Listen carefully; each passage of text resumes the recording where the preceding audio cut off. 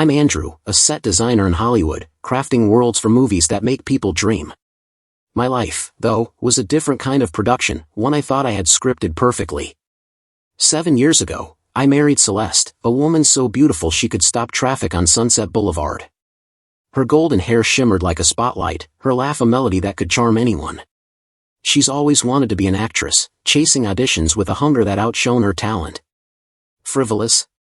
Sure, sometimes, spending on designer dresses she'd wear once, tossing out grand plans for fame over cocktails. But I loved her fire, her spark. And our daughter, Lila, 4 years old with her mom's hazel eyes and my stubborn streak, is my whole damn world. Celeste and I met on a low-budget indie film set.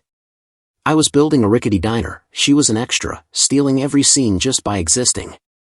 We clicked instantly, late-night talks about art, ambition, and the chaos of this town. I proposed within a year, and Lila came soon after. Life felt like a blockbuster, hectic, colorful, perfect in its mess. But lately, the script's been off. Celeste's been distant, her phone glued to her hand, always angled away. She'd laugh off my questions, saying it's just casting agents or her girlfriends. You worry too much, Andrew, she'd purr, kissing my cheek. But her kisses felt rehearsed, like she was playing a part. It started small. She'd vanish for meetings that ran late, coming home with smudged makeup and vague excuses. Networking, she'd say, tossing her purse on the counter. I'd nod, ignoring the twist in my gut. She'd always been a schemer, twisting stories to get an audition or charm a producer. I figured it was her hustle, not lies. But then there were the nights she'd slip out after Lila was asleep, claiming industry parties. I'd stay home, building miniature sets in my garage, wondering why her perfume lingered on strangers' jackets when she hugged me. The first real crack came a month ago. I found a receipt in her car, dinner for two at a swanky spot in Malibu, dated a night she'd said she was at a script reading. I asked her about it, casual, but her eyes flickered, and she spun a tale about a producer footing the bill. I wanted to believe her. I always did. Our marriage wasn't perfect. Hollywood's a pressure cooker, my long hours on set, her endless auditions, Lila's preschool schedule. But I thought we were solid. I'd bring home sketches for Lila to color, and Celeste would tease me about my artsy nonsense. We'd laugh, make love, and plan our future. Yet, those moments felt staged lately, like we were hitting marks for an audience that wasn't there. I'd catch her staring out our window, lost in thought, and when I'd ask what was wrong, she'd flash that megawatt smile and say, "Just dreaming of my big break." I'd let it go, but the silence between us grew louder. Something was shifting, and I was too busy loving her to see it. Last week, I overheard her on the phone, voice low, giggling in a way she hadn't with me in years. "You're bad," she whispered, then hung up fast when I walked in. She claimed it was her friend Marissa, but the air felt heavy, like a scene about to cut to black. I started noticing other things, her new lingerie I never saw her wear, the way she'd check her reflection before leaving, like she was dressing for someone else. I told myself I was paranoid. Celeste loved me, loved Lila. She wouldn't risk us. But deep down, I knew the set was crumbling, and I was about to find out just how much. Celeste has always dreamed of being a star, not just an actress, an icon. She'd spend hours practicing monologues, her voice filling our small Echo Park bungalow, while I'd sketch set designs and Lila colored beside me. I loved her ambition, even when it outran her resume. She'd landed a few commercials, a bit part in a sitcom, but nothing big. I wanted to help. So, when my buddy Tom, a gaffer who knows everyone, mentioned a producer casting for a dancer in a swanky club scene for a new film, I jumped. The role wasn't huge, an unknown actress, a few lines, but it was a foot in the door. I called in a favor, got Celeste a meeting with the producer, Vince Marlow, a guy known for spotting talent. I thought she'd be thrilled. I pitched it to her over breakfast, Lila giggling over her oatmeal. "Babe, I got you a meeting with Vince Marlow. He's casting for a dancer in this elite club scene, great exposure, big film." Her fork froze midair, her eyes narrowing. "A dancer," she said, her voice sharp enough to cut glass. "Andrew, you think I'm some background bimbo shaking her ass for a close-up? I'm meant for leading roles, Lady Macbeth, not some pole dancer in a B-plot." Her words stung, like I'd offered her an insult instead of a chance. I tried to explain, Vince was legit, the role had dialogue, but she wasn't hearing it. I'm not starting my career as a prop, Andrew, she snapped, storming off to get ready for another audition she wouldn't talk about. I felt like I'd failed her. I just wanted to see her shine, to give her a win. So, I booked a table at Chateau Marmont, the kind of place where celebrities sip martinis and deals get made. I figured it'd cheer her up. Celeste loved the idea of being seen, of catching someone's eye. That night, she walked in wearing an emerald green dress that hugged her curves, her hair cascading like she was ready for a close-up. I could tell she was still pissed, her smile tight, but the buzz of the room softened her edges. Look at this place, she murmured, scanning the crowd for famous faces. Maybe Scorsese's here, or someone who gets it. I nodded, hoping she'd spot a director who'd see her as the star she wanted to be. We ordered wine, and she relaxed a bit, her eyes sparkling as she talked about her dream roles. I loved watching her like this, alive with possibility. But then her phone buzzed, and she angled it away, her fingers flying over the screen. Just Marissa, she said, too quick, her smile faltering. I didn't push, but the knot in my gut tightened. Dinner went on, her attention half on me, half on the room, like she was waiting for her big break to walk through the door. I paid the bill, feeling like I was losing her to her own dreams. The next day, I was cleaning out her car, Lila's toys were everywhere, and found a hotel keycard tucked under the passenger seat. The chateau dated the night she'd claimed she was at a late audition. My heart sank. I'd seen her flirty texts before, brushed off as networking, but this was different. I checked her phone later, when she was in the shower. A message from V popped up. Last night there was a fire. Same time tomorrow? My hands shook. I scrolled up, months of texts, suggestive, intimate, meeting spots. Vince Marlow. The producer I wanted to introduce her to. She wasn't just chasing fame, she was chasing him. I sat on the couch, the keycard burning a hole in my pocket. Celeste came out, towel drying her hair, humming like nothing was wrong. I wanted to scream, to demand answers, but I just stared, the weight of betrayal sinking in. She'd taken my love, my trust, and used it to climb into someone else's bed. All those late nights, her auditions, her distance, it wasn't just ambition. It was him. And I'd handed her the chance. I'm still piecing together the wreckage of my marriage while hammering away at set designs in Hollywood. But the ground's been shifting under me ever since I found that hotel keycard and those texts from Vince Marlow, the producer I'd hoped would give Celeste her big break. Turns out, she was getting more than auditions from him. I hadn't confronted her yet. Every time I tried, the words stuck in my throat, like I was afraid saying them would make it all real. Instead, I kept building sets, sketching blueprints, and tucking Lila into bed, hoping I'd misread the signs. But Celeste was pulling away faster than ever. Last week, over dinner, Lila scribbling in her coloring book, she dropped a bombshell. I'm flying to France, she said, casually as if she was popping out for coffee.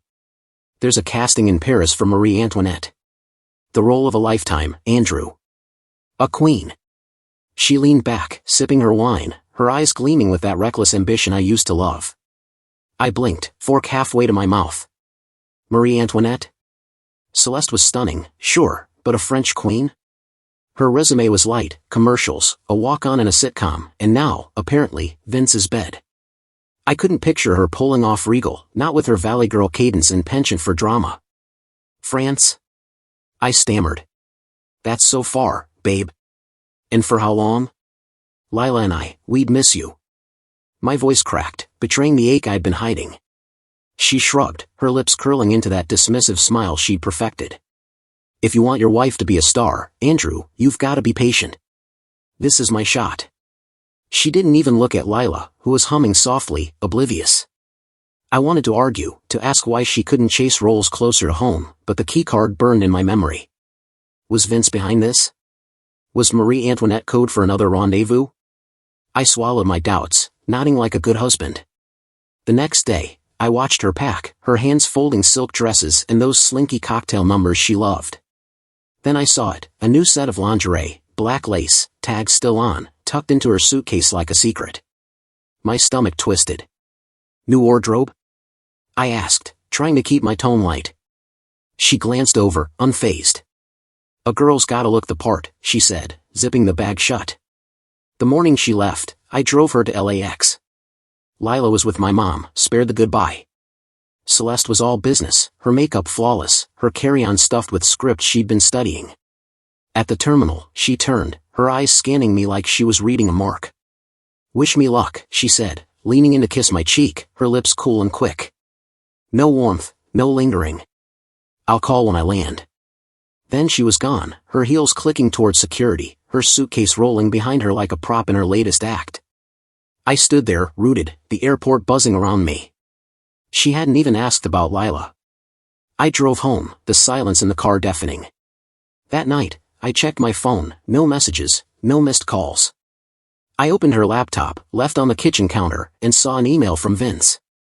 "Paris is gonna be magic. Hotels booked, same room as last time. Can't wait." My blood ran cold. Paris wasn't about Marie Antoinette. It was about them. I slammed the laptop shut, my hands shaking. She'd played me again, using my love, my trust, to jet off with him.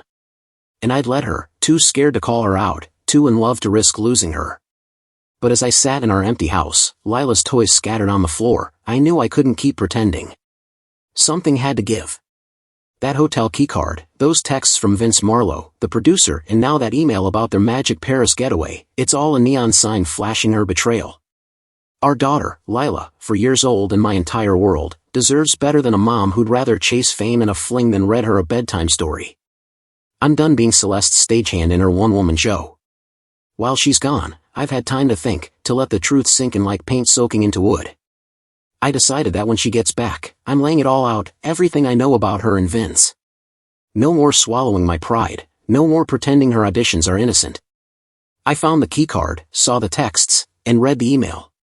She's not just cheating, she's orchestrating a whole damn production behind my back. But confronting her isn't enough.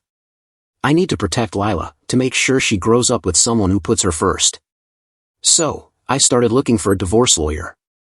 My buddy Marco, a lighting tech who's been through his own messy split, recommended a shark named Claudia Pierce. "She's a pit bull," he said over beers at a dive bar. "Got me joint custody when my ex tried to clean me out. If you want Lila, Claudia's your shot." I met Claudia the next day, a sharp woman with a no-nonsense vibe in a corner office in Century City. I laid out everything, Celeste's affair, her reckless ambition, how she's barely around for Lila. "I want full custody," I told her, my voice steady despite the knot in my chest. "Lila's my priority. Celeste's too caught up in her own drama to be a mom." Claudia nodded, jotting notes. "We'll build a case," she said. "Document everything, texts, emails, her absences. Courts favor stability for kids. You're the steady one here." Walking out, I felt a mix of relief and dread. I was really doing this, ending my marriage, fighting for my daughter. Deep down, a small, stupid part of me still hoped Celeste would come back, apologize, and trade her wild dreams for our quiet life. Maybe she'd see Lila's drawings on the fridge, remember what we had, and stop being so reckless. But I know her. My love made her feel invincible, like she could lie, scheme, and still keep me on a leash. That love turned her into something arrogant, unprincipled, a monster who'd trade our family for a shot at the spotlight. Our marriage is over. I see that now. Meanwhile, Celeste's living it up in the south of France, in some fancy villa with Vince. I can picture her, lounging by a pool, her laugh echoing as she bats her lashes at him, spinning her web. She's not there for Marie Antoinette, that was just another lie. She's working Vince, angling for a role, any role, to get her name on a call sheet. I got a glimpse of it from an Instagram post she forgot to make private, a sunlit selfie, her in a barely there bikini, captioned "Living the Dream." Vince's comment, "Behave, and I'll find you something special." Behave. Like she's a pet he's training. She's probably pouring on the charm, whispering promises, thinking she's one step from stardom. But I know Vince's type, producers who dangle roles like bait, keeping women like Celeste on a string. She's too blind to see she's just his latest conquest, not his leading lady. Back home, I'm tucking Lila into bed, reading her goodnight moon while she clutches her stuffed giraffe. "Where's Mommy?" she asks, her voice small. I force a smile. "She's working, sweetheart. She'll be back soon." But as I kiss her forehead, I know I'm done waiting for Celeste to choose us. I'm ready to fight for my daughter, to build a life where she's safe, loved, and doesn't have to compete with her mom's ego. Claudia's already drafting papers. When Celeste lands, I'll be waiting, not just with words, but with a plan to take back my life. Our daughter, Lila, is my only light. Her sleepy hugs and crayon drawings keep me from falling apart. But 3 days after Celeste jetted off, leaving nothing but a cool kiss on my cheek, the ground caved in for good. I was in my garage, tweaking a scale model of a jazz club for a new rom-com, when my phone rang. Unknown number, but I picked up, thinking it might be about a gig. It was the bank. "Mr. Keller, we've been trying to reach your wife, Celeste, about an unpaid loan," the woman said, her tone all business. "You're listed as the guarantor. The balance is $50,000, due immediately." My stomach dropped. "Loan? What loan?" I stammered. She explained, "A month ago, Celeste took out a personal loan, didn't make the first payment, and now they were coming for me." I hadn't signed anything, hadn't heard a word about it. "Check the documents," she said. "Your signature's there." I hung up, my hands shaking, and dug through our files. There it was, a loan agreement, my name scrawled at the bottom. It wasn't my handwriting. Celeste had forged it. 50 grand. We didn't have that kind of money lying around. My set design gigs pay decent, but Hollywood's not cheap, and with Lila's preschool and our mortgage, we're stretched thin. Celeste hadn't said a word about this, not a hint, not a clue. What the hell was it for? Her new lingerie? Those Paris plane tickets? Or was she funneling cash to Vince for some shady investment in her career? I called her, but it went straight to voicemail. No surprise there. I checked her Instagram instead, public, because she's too cocky to lock it down.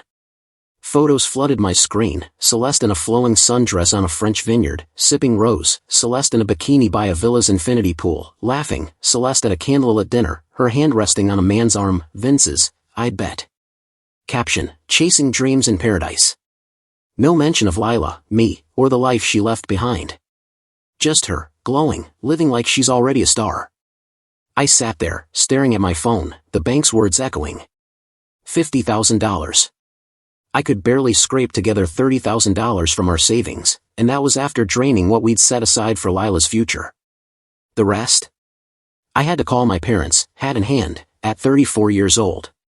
"Andrew, what's going on?" my mom asked, her voice tight with worry. I couldn't tell her the truth, not about the affair, the forged signature, the betrayal. "Just some unexpected bills," I lied, my throat burning. "They wired me $20,000, their retirement savings taking a hit." "Pay us back when you can," Dad said, but I heard the strain in his voice. I promised I would, but all I could think about was Celeste, sipping wine in France while I begged my parents to bail out her mess. That was it, the last straw.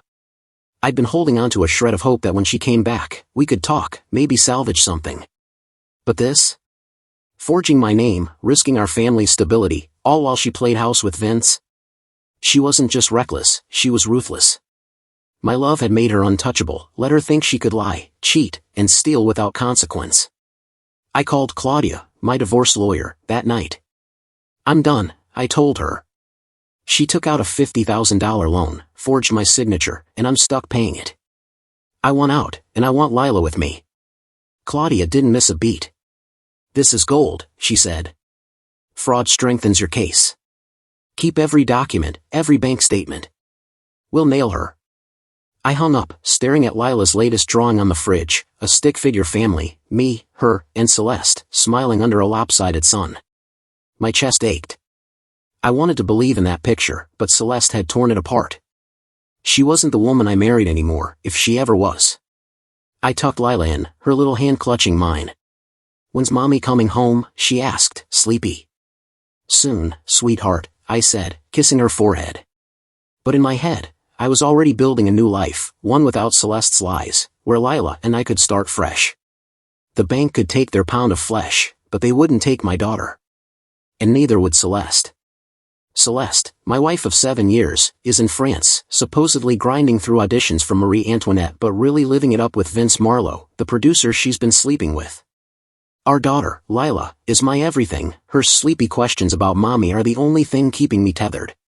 But the $50,000 loan Celeste forged my name on, the one I'm now scrambling to pay off, has snapped whatever thread of hope I had left. I'm done being her fool. 6 days after she jetted off, my phone buzzed. Celeste's name lit up the screen, and my gut twisted. I almost didn't answer, but Lila was napping, and I needed to hear her voice, maybe to confirm she was the liar I knew she'd become. "Hey, babe," she chirped, her tone so bright it grated. "Oh my God, Andrew, you wouldn't believe how intense it's been here. The casting's brutal, endless rehearsals, line readings, costume fittings. I'm exhausted, poor me, working my tail off for this role." She laughed, light and airy, like she was reading from a script. Not a word about the villa, the poolside selfies, or Vince. Just her, the struggling artiste, toiling for her big break as Marie Antoinette. I gripped the counter, my knuckles white. Her Instagram flashed in my mind, sundresses, Rose, Vince's arm in her stories. She was playing me again, and I couldn't stomach it. "Celeste," I cut in, my voice low, the bank called. Silence on her end, just a faint breath. "They said you took out a $50,000 loan a month ago, didn't pay a dime, and my name's on it as guarantor. Forged, by the way. I had to drain our savings and borrow from my parents to cover it. You didn't say a word." My voice shook, fury bubbling up. "What the hell were you thinking?" She paused, then let out a small, dismissive sigh. "Oh, that? I totally forgot to tell you, Andrew. My bad. It's not a big deal." "Not a big deal?" I nearly choked. 50 grand, Celeste. Forging my signature. That's a big deal. She'd sked, like I was overreacting. "Babe, calm down. If you loved me, you'd want me to look gorgeous, to feel happy. That money? It was for my career, wardrobe, travel, networking. It's an investment in us. 50,000 isn't even that much in this industry." Her voice turned silky, manipulative, the way it did when she wanted to twist me around her finger. "You want me to be a star, right? This is what it takes." I saw red. She wasn't sorry, she was doubling down, gaslighting me into thinking I was the problem for caring about our family's future.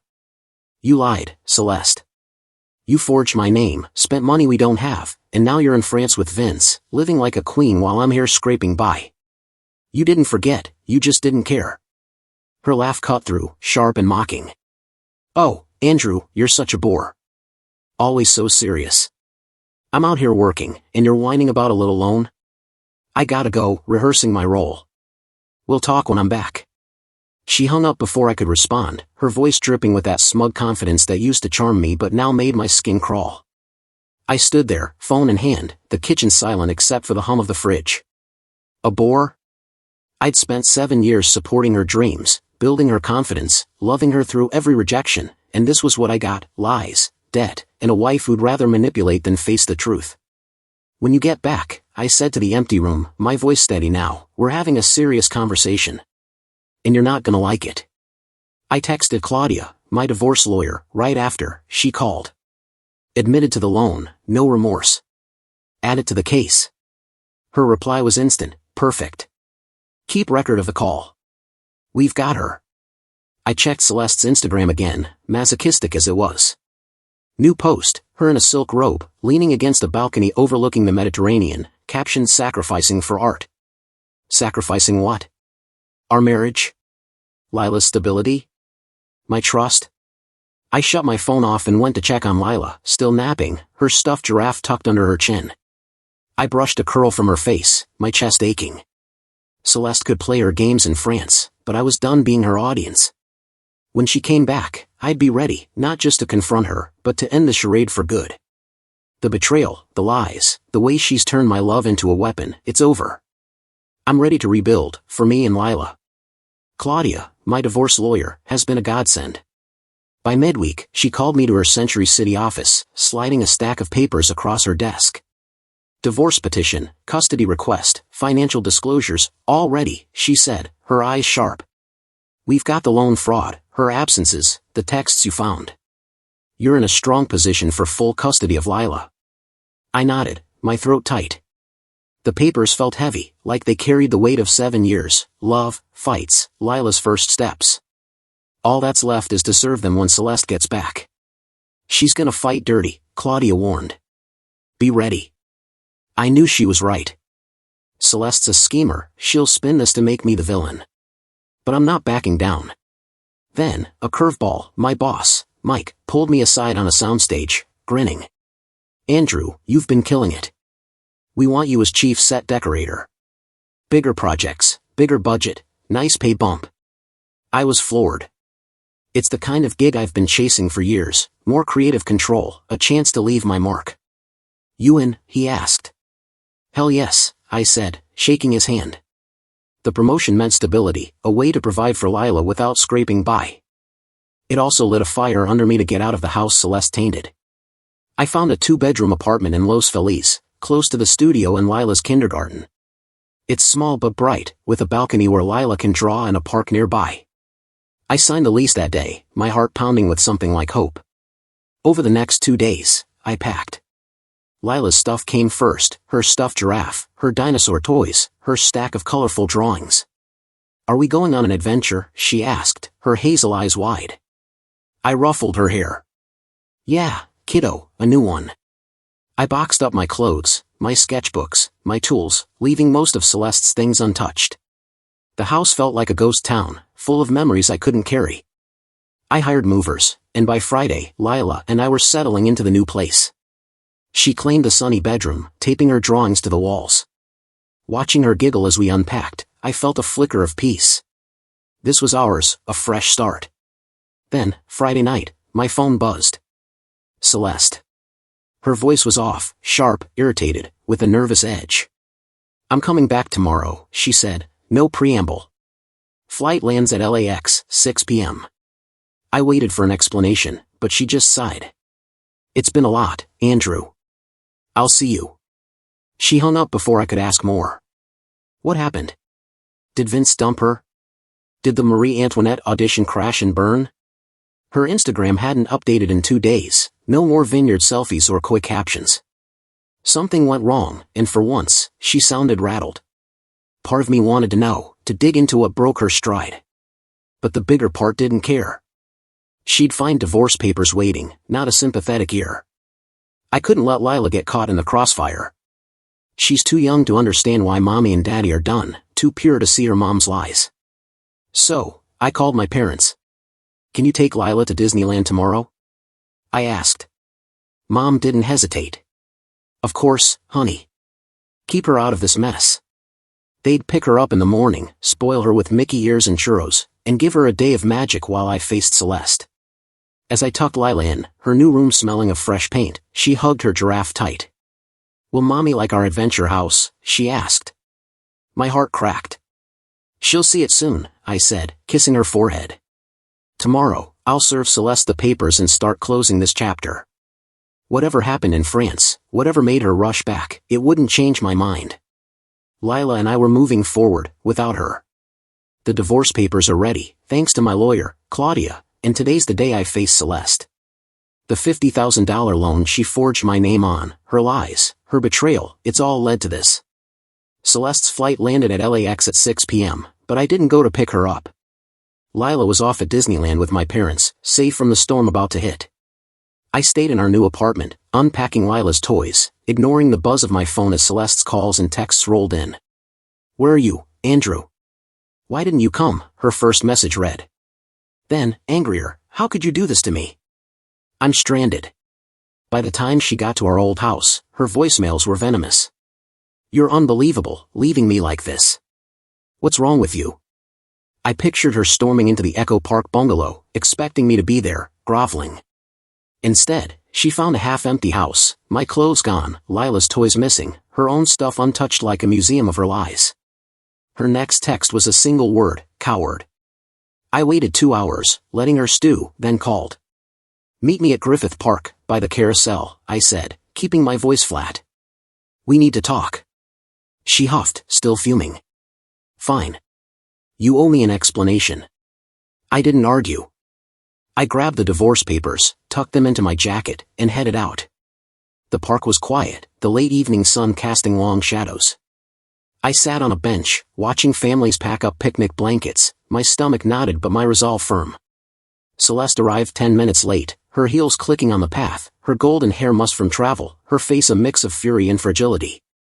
Before I could open my mouth, she broke, tears streaming, she threw her arms around my neck, sobbing into my shoulder. "Andrew, I'm so miserable, she wailed, her voice muffled. It was awful, all of it. Vince, he's a liar, a total scoundrel. She pulled back, her hazel eyes red, mascara streaking, and launched into a torrent of complaints. He promised me the role, said I was perfect for Marie Antoinette, but then he gave it to this nobody, Roberta. She's so mediocre, Andrew. Barely out of drama school, no presence, nothing special. Her words tumbled out, fast and jagged. She only got it because she slept with him, I know it. Throwing herself at him like some cheap extra. It's disgusting. But her tone wasn't just disgust, it was envy, sharp and bitter, like she wished she'd played the game harder. I worked so hard, and he just tossed me aside. I hate him. She kept going, pacing now, hands flailing. I gave him everything, my time, my energy, my charm. And for what? To watch some talentless girl steal my shot. Her sobs hiccuped, but I caught it, the slip. Gave him everything wasn't about auditions. It was about her, Vince, the villa, the late nights I'd pieced together from texts and Instagram. She was grieving her failure, not our marriage, not the family she'd gambled. I stood there, silent, watching her unravel. The woman I'd loved, the one I'd built sets for, stayed up nights dreaming with, was gone. In her place was someone desperate, manipulative, chasing a spotlight that'd never be hers. I felt no anger, no heartbreak, just pity. Celeste was a black hole, sucking in everyone's light to feel bright herself, and it had left her empty. She'd burned through my trust, our savings, Lila's stability, and now Vince's promises, and still, she couldn't see it was her own doing. She stopped pacing, wiping her eyes, looking at me like she expected me to scoop her up, telling her it'd be okay. Say something, she pleaded. I met her gaze, steady, and saw her flinch. She knew something was coming, something she couldn't charm her way out of. We're done, Celeste, I said, my voice calm. I know about Vince. The texts, the hotel, France. I know about the loan, the $50,000 you forged my name on. I've got divorce papers ready. I want Lila with me. Her face crumpled, but I didn't move. For the first time, I saw her not as my wife, but as a stranger, beautiful, broken, and no longer mine. Today, we're meeting one last time to settle things, and I'm ready to close the curtain. We're at a coffee shop in Los Feliz, neutral ground, away from Lila, who's at kindergarten. Celeste sits across from me, her golden hair pulled back, her hazel eyes puffy from crying. She's in a simple sweater, no trace of the glamorous dresses she wore in France. Andrew, please, she starts, her voice trembling, hands reaching for mine. I'm so sorry. I messed up, Vince, the loan, all of it. I was stupid, chasing something that wasn't real. But I love you. I love Lila. I want us back. Her words are soft, pleading, but they hit like lines from a script she's rehearsed too many times. She leans closer, tears spilling, her face a perfect mask of remorse. I'll change, I swear. No more auditions, no more schemes. Just us, our family. Don't throw it away. I look at her, searching for the woman I fell for, the one who laughed with me on set, who held Lila as a newborn. But all I see is an actress playing her final scene. Her apologies sound like dialogue, polished and hollow. I pull my hands back, folding them on the table. Celeste, you don't love me, I say, my voice steady. You love the idea of me, someone to prop you up, fund your dreams, forgive your lies. But I'm done. I know about Vince, the 4 years you've been sneaking around, the loan you forged my name on. You didn't just break my trust, you broke our family. Her sobs grow louder, drawing glances from other tables, but I feel nothing. No anger, no heartbreak, just a cold, quiet indifference. I loved her once, fiercely, but she burned that out of me. She shakes her head, voice cracking. I was lost, Andrew. Vince promised me everything, roles, fame. I thought it'd make me happy, make us happy. But I see it now, I want you, Lila, our life. She's good, I'll give her that. Her tears are real, but they're for her, not us. I slide the divorce papers across the table. It's over, Celeste. Sign them. I'm taking Lila. You can see her, but I'm done being your stagehand. Her face crumples, but she doesn't touch the papers. Instead, she stands, clutching her purse, and storms out, muttering, "You'll regret this." I don't. A week later, I heard through the Hollywood grapevine what happened next. Celeste lost it when Vince got back. She marched into the studio where he was casting his next film, screaming in front of everyone, producers, actors, crew. "I sacrificed everything for you," she shouted, according to my buddy Marco, who was there rigging lights. "My marriage, my family, you owe me." She tried blackmailing him, threatening to leak their affair to his wife, his investors. But Vince just laughed, cold as ice. "You were fun, Celeste, but you're not special," he said, loud enough for the whole set to hear. "You're just another girl who thought she could sleep her way to a role." She was escorted out, humiliated, and fired from her part-time gig as a production assistant. Her name's poison now, no one in town will touch her. Her dream of an acting career, the one she traded us for, is dead.